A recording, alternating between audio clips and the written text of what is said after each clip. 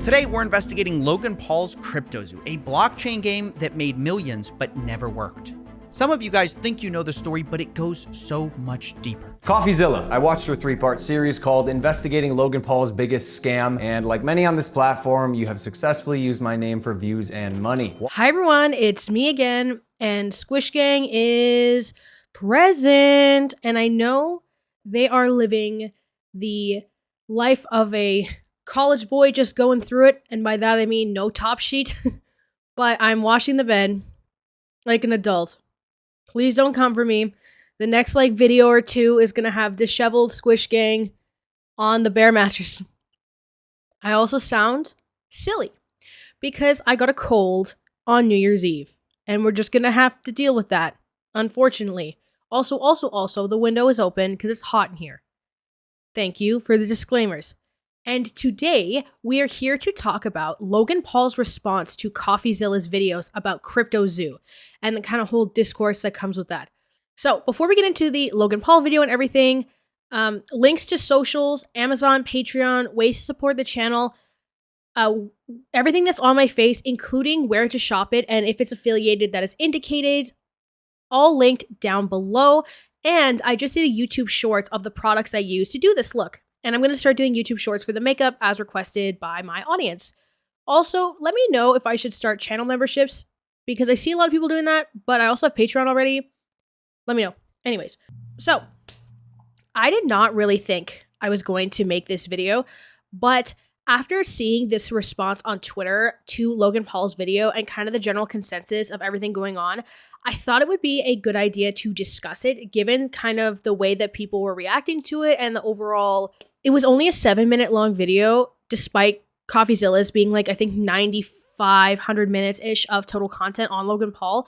So to boil that all down to 7 minutes was very captivating for me because there's no way you were able to properly respond to that, in my opinion. It's kind of like Gus Johnson's 4-minute apology video, you know what I mean? It's there's no way you have it just perhaps maybe kind of scrape the surface. So we're going to get into that as well. There's going to be 3 parts of the video. Part 1, just a quick summary of what got us here, kind of why Logan Paul's making a response video. Part 2, I'm just going to discuss quickly the points of Logan Paul's video if you don't want to watch it.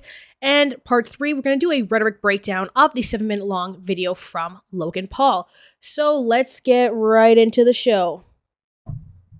I love auto zoom, isn't that fun? Autofocus. Part 1, quick summary of what got us here. So over the week between Christmas and New Year's, CoffeeZilla's 3 videos on Logan Paul really started to take off. They were released just before Christmas. These were on the latest crypto fiasco from Logan Paul called CryptoZoo, and each of the videos reached over 3 million views. In these videos, multiple people were interviewed. CoffeeZilla talked to people who worked on the project, people who paid into the project, and just a general consensus of people's response to it. And it seemed to be quite an in-depth analysis, at least as much as somebody can do when they don't have, warrants or certain abilities to look into things beyond a certain legal standpoint, right? How much can you look into it as a normal person? You know the story, but it goes so much deeper. I've uncovered sociopaths, billionaires, fake orphans. Did I mention fake orphans? And of course, at the center of it, we have Logan Paul himself, who has abandoned this thing, leaving thousands of fake orphans in his wake. Wait a second. Thousands of victims in his wake. Now, you'll be hearing from some of those people because their stories are heartbreaking. This is the first in a 3-part series that's been a year in the making. And CoffeeZilla overall is a creator who seems to have a pretty good reputation online, specifically for exposing things like crypto scams and schemes, or what people call in the crypto space rug pulls, which means when you release a coin with an inflated value, and then as soon as people start to buy into it, you sell it when it is worth a lot of money, and then the coin loses a lot of value. One of the most famous videos on CoffeeZilla's channel, and what a lot of people know him for, is for exposing the scam called the Save the Kids coin. If you want a little bit more information on that, I talked about that in my Where Are They Now Rice Gum video, or obviously you can watch CoffeeZilla's video. I will link CoffeeZilla's channel down below if you want to look more into his content. So this video came after another crypto shit show that Logan Paul had seemed to have abandoned, allegedly. There was another project in the past that CoffeeZilla briefly mentions in his video that I love to bring up at any possible opportunity. And that was the abandoned project Dink Doink. Sing with me, those of you who know. Dink Doink is my favorite coin. Want you to dink on my face. Take a doink on my chest. Yeah. Dink Doink is my favorite. Oh my god. What a classic and underappreciated piece of internet gold that I have referenced far too many times. Like, whenever necessary at all, I am like, please God, let's bring up Dink Doink. Which, interestingly enough, however, the justification that Mike had on the H3 podcast for the creation of Dink Doink and how it was not a scheme is that they didn't make any money on the project. No explanation. It's a fucking idea that talks shit about the crypto community. Can you send a video to me that I'm going to post for the 15 devs in this Telegram group chat? And that's it. 2 days later, the thing's fucking viral. I'm like, bro, it was awesome. Because it was some so good. fucking asshole is going to see this, and they're going to think this is a real fucking thing now. Well, but I never. I know let you were me being say sarcastic. this. I have never, in any of my wallets, accepted a Dink Doink coin, accepted any kind of payment for Dink Doink. There was no money made there. I've never been involved in even a semblance of a scam, crypto scam, You brand didn't scam profit from Dink Doink. in zero way, good. shape, or form. Good. God bless. Building off of that. Titscoin. How was Titscoin? No, hold on a sec. Go to Titscoin after. Building off of that. Yeah. Just to overarch a macro statement, because I know you're including, fuck it. I'll just leave it there. You could still try to make money and not make money. So what justification is that exactly? And we'll get a little bit more into that structure of justification in a little bit. However, we'll now look at Logan Paul's 7-minute response video. To just briefly summarize again, CoffeeZilla made 3 videos, had reported on crypto schemes before, was known for doing that, has millions of subs, pretty popular guy. Logan Paul had been having a bit of discourse with him on Twitter too, kind of a back and forth, where Logan Paul is trying to bring him on Impulsive, but won't talk to CoffeeZilla on his own terms, like on CoffeeZilla's terms, despite the fact that Logan Paul has 10 times the sub count. And that's a big ploy a lot of these people have. I remember every time I've kind of come for somebody in any way, they want me to talk on their platform with their fan base that they're more popular than I am. No. Except for Fulcrum, who called me to talk about the video, actually. Which I was supposed to address at the beginning of this video, but I've forgotten. So I'll talk about that in the next video. Maybe I'll do a YouTube short about that. Who knows? Anyways. So if we get to part 2 about Logan Paul's video, okay? So this is 7 minutes long. There is no shenanigans here. He immediately opens going, yo, CoffeeZilla, like he's right in the game here, right? Then Logan Paul immediately delves into who he hired, the fact that they were arrested, and why they were arrested as a means to discredit CoffeeZilla, as in you were talking to criminals. You interviewed the developer who stole the game code, fled to Switzerland, and held it hostage for $1 million. Well, his name is Zach Kelling. Surely, as the internet detective that you proclaim to be, you would know that he spent time in prison for multiple felonies, one for aggravated robbery, armed robbery at a liquor store, and the other for, surprise, obstructing the legal process. I can see why you kept him anonymous. Who we'll be calling Z here. I guess among many things, it doesn't surprise me that he lied about having 30 engineers and a $50,000 a week burn rate. On my end, I have 30 engineers. I'm burning $50,000 a week. Which, side note, is how this delusionist landed on the $1 million code ransom, but it turns out he only had 3 engineers. Wouldn't someone with journalistic integrity know their credible source had not only an agenda, but a fondness for orange jumpsuits? Or did you just hear what you wanted to hear and moved on? Because even if you're lying to yourself, Steven, you still have to believe it. And I know what you're thinking. What type of idiot would work with an unsavory individual like Zach Kelling? I guess that's what I get for trusting the team that I relied on to vet and manage Eddie's hiring process, who has turned out to be a professional con man that I have since learned fooled billionaires, the Mormon Church, the owner of the New York Yankees, and now me. And Logan Paul tries to cover his own ass by saying, well, these people fooled other people, so it's fine that I talked to them and I worked with them on something that will cost other people money. But it is not fine that you talk to them to discredit me in their involvement. That doesn't really make sense. I feel like it doesn't take a rhetorician. It doesn't take a psychologist. It doesn't take, a specialist to see that doesn't really make a lot of sense. Because regardless of if CoffeeZilla was talking to them, they're involved regardless of if they're criminals or not, right? And CoffeeZilla's thing, the only stakes it has really is against Logan Paul's coin. But Logan Paul was willing to not really do background checks when it was costing other people money. Strange, but we'll continue. He talked more about people that he had worked with on the project and he removed, so he says he essentially has no crew left. And then he says again, the same justification that Mike had regarding Dink Doink, that he didn't make any money on the project or his partner on the project. Man Eddie, lead developer, stole $1.7 million. True or not, when we learned he was a bad actor as well, he was immediately removed from the team. While myself and Jeff sold nothing and made nothing as verified through investigation and the blockchain. Jeff, Logan's manager, to my knowledge, never sold. Neither did Logan Paul. I repeat, Jeff and I made no money and will never make any money on Crypto Zoo. In fact, we only lost money trying to pick up the pieces. As has been the case with dozens of crypto and NFT projects, the space is unfortunately ripe for bad actors to infiltrate projects that start with even the best intentions. As if his own failures are a justification for the attempt. So, hypothetically, allegedly in Minecraft, if he attempted to scam people, but he didn't make any money on that, then it's fine, morally. Seems to be the logic that's going on here, because there's no true justification for the attempt, besides making something cool. But if you made money on it, what would your justification had been then? If you didn't have to fire these people, right? Because it doesn't have necessarily much evidence that's going to work or that it will be popular. And if we go through your other history of crypto, it seems that it's aligning with those that were rug pulls more so than those that were not. This is the reasoning that people are having, Logan. It's not like a matter of people just don't want to believe you. It's patterns of behavior. Logan Paul says that he never claimed that Crypto Zoo was not coming and that CoffeeZilla did, and as a result, he is suing. He gets mad about that CoffeeZilla reached out to Logan Paul's manager, Jeff, as opposed to Logan Paul himself, despite the fact that this is pretty common precedent on YouTube when you have bigger creators and with celebrities as well, right? You don't usually get access to the person right away. A lot of the time when you email them or the publicly provided email is the managers. And I find it tends to be a cop-out too when people go, oh, you should talk to me before you made that video. As if you were not going to try to manipulate them out of making the video and try to, kind of maybe bring them into your scheme, allegedly maybe, or just try to get it to stop in the first place to save face. Like, you don't have a motive to get rid of it in this conversation that you would just proceed with good heart, right? That's unrealistic. He claims that the 7-minute video is for the fans, and says that CoffeeZilla is just doing these things for money and clout and views. As if Logan Paul's whole career wasn't for that and he didn't constantly evolve to keep up money, views, and clout. And you make YouTube videos for people to watch them.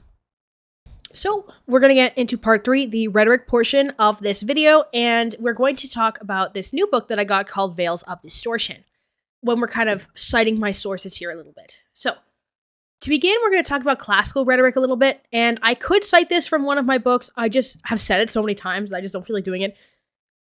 If you don't believe me, whatever. Contrary to popular belief, it is actually the human inclination to believe that someone is being truthful upon face value. And essentially, there is a component of rhetoric called the ethos, which is the persona of the individual talking. We've gone through this on this channel many times. Now, essentially, when you're doing your ethos and you want to be believable, what you're kind of doing is you're keeping up the benefit of the doubt. You are establishing a pattern of behavior where you seem honest and people are going to continue to believe that you are telling the truth. This is why the redemption arc worked out for Logan Paul for so long, because people are willing to form a pattern of behavior that gives you the benefit of the doubt that you are being honest, because people themselves want to be viewed as honest. Nobody wants to be a liar. Nobody, maybe that might be hyperbolic to some extent because people want to create drama, like trolls on the internet, stuff like that. But for the most part, people, when they want to prove a point, when they want people to work with them, they want people to believe them, they want to be seen as truthful. And it is a good tool in your pocket to be viewed as truthful. And given that people tend to believe you, like on face value, it is something you want to keep up and bring forward. So if you create a redemption arc and try to establish at least what seems to be a good pattern of behavior, people have a tendency to lean into that. However, once controversy does strike, it is a far more interest in media cycles, social media cycles, and like YouTube as a whole to want to lean into that negative news because kind of for the scandal. And this is where Veils of Distortion comes in. Here's an excerpt that I wanted to read. The main objective of every news factory is to capture our attention, and in some cases try and hold it for as long as possible. They do so to garner ratings, clicks, and subscriptions, which is sells back to advertisers. The news includes and excludes content based on what might work best to grab and lock our attention. Sex, violence, crime, perversions, wars, natural disaster, political and celebrity scandals, and adorable things like cuddly animals. The mere structure of a TV news broadcast, the stacking and sequencing of many stories, one following the other, has the effect of pulling viewers back into the show time and time again as from the start. There's also a section in the story that kind of talks about celebrity news, which in this case for somebody like Logan Paul, who's been on mainstream television and media and is one of the most pronounced YouTubers on the platform, there is a drive to making content on him. This is what kind of leads to like the CoffeeZilla's idea of like clout chasing. Now, people can say, Mika, you're clout chasing because you're doing this. I mean, sure, whatever. It was more for me that I was seeing a lot of ties to something like this that I wanted to discuss because I haven't been able to like look at like a good response video in a long time. So I kind of like to talk about those specifically because those are rhetorical videos specifically. But if we look at this, the following excerpt, which is the last one I'll read, reads as such. Anyone who's followed the news, especially for the last decade, has noticed without fail that coverage is tilted more and more towards stories about celebrities and all manner of trivial conflicts between members of the public. What was once the sole domain of what we call tabloid news has spread to become a fixture of many mainstream news outfits. Hardly a day goes by without an ultra-bizarre and deeply insignificant news item gracing our smartphone's newsfeed. 2 Catholic nuns left in Italy to do mission work in Africa, then returned when they were pregnant, ran one National Post headline that smacked more of the salacious gossip than important news. The cumulative impact of these stories is what dumbs us down. Not as individuals, but as a culture. Why is this happening and why now? And he proceeds to kind of talk about the birth of the internet in this kind of contribution and the way that it functions in creating this cycle. And that's kind of what this channel is supposed to try to kind of break that cycle of why this is happening, how you can critically analyze it, and where you can fit in the cycle of internet news. I want to say one more thing. Now, there's this idea of black and white argumentation, which is actually, we're going to read one more part of the book, which I feel like kind of comes forth with what Logan Paul is positioning the video on. This is the idea of whose side you're on, which I try to talk about this on this channel a lot too, where I say 2 things can be right at once. Both people can be wrong.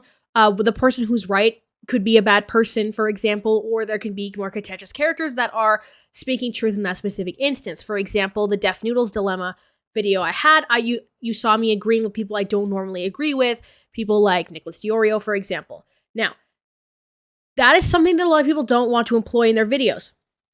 And there's a conversation about this in this book. At the heart of argument culture, Tanner writes, is our habit of seeing issues and ideas as absolute and irreconcilable principles continually at war.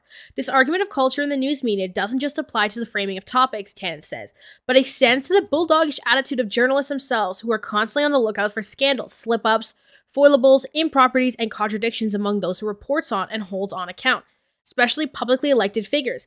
This scandal-obsessed press is directly the legacy of the golden years of investigative journalism of the Vietnam and Watergate eras, huge victories of unmasking which news media is constantly trying to replicate today, which has now come to include celebrities of general public as target. So this is the idea that Logan Paul is trying to instill here with this video.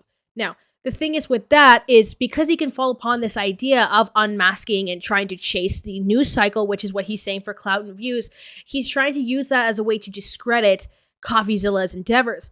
Now, there is a motive there, and and Logan Paul states that CoffeeZilla does have a motive, but at the same time, Logan Paul obviously has a motive. He speaks as if he is without motive himself to save his own ass and to reopen up this crypto thing that might, seemingly be a scam. He even states that the crypto environment allows a lot of bad players in the game, but then separates himself as one of those bad players despite the history of events. With all of this in mind, I hope that you can critically engage with both CoffeeZilla's videos and Logan Paul's videos, which I will link both of them down below, but I wanted to give you a little bit more tools to work with when having this conversation. Now, to conclude, in conclusion, I have a feeling that maybe the change we wanted to see in Logan and maybe had seen in Logan never really happened, and we just stopped paying close attention. Take with that what you may, though, because I might be wrong as well, and I'm totally fine with that. Feel free to argue with me in the comments as well.